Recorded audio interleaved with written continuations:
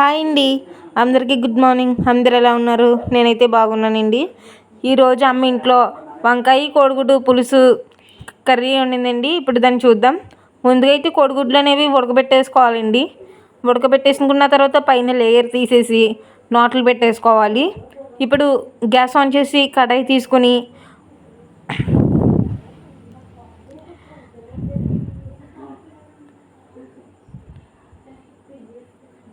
1 table spoon oil వేసుకోవాలి. Oil కొంచెం heat అయిన తర్వాత చిటికెడు పసుపు,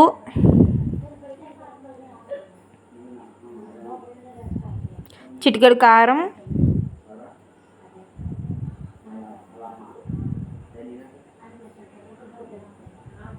one table spoon salt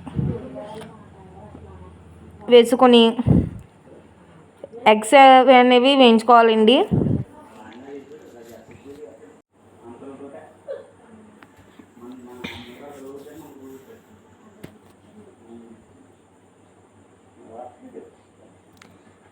eggs అయితే ఎగిపోయినాయండి. ఇప్పుడు దీన్ని ఒక ప్లేట్లోకి తీసుకుందాం.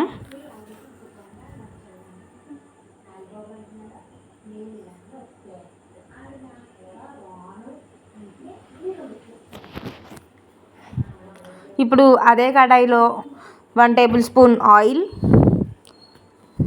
2 కరివేపాకు రెమ్మలు, ఆనియన్స్ అనేవి చిన్నగా కట్ చేసుకుని చిన్న చిన్న ముక్కలు కట్ చేసుకుని వేసుకోవాలండి. 2 పచ్చిమిర్చి వేసుకొని ఒకసారి కలబెట్టుకోవాలి. ఆనియన్స్ అయితే మగ్గిపోయినాయండి. ఇప్పుడు మనం చిన్న చిన్నగా కట్ చేసుకున్న వంకాయలు వేసుకోవాలి.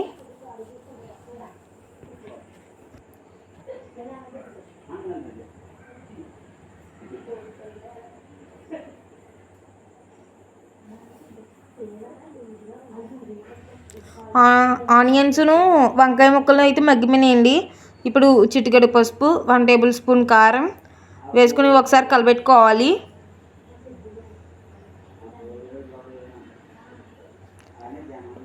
ఇలా మగ్గిన తర్వాత 1 కప్ వాటర్ పోసుకోవాలి.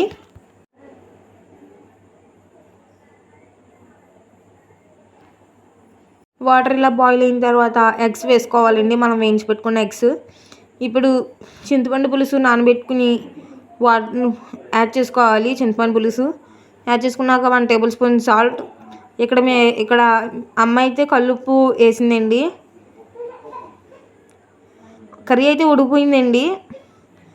ఇప్పుడు దీన్ని బౌల్లోకి తీసుకుందాం.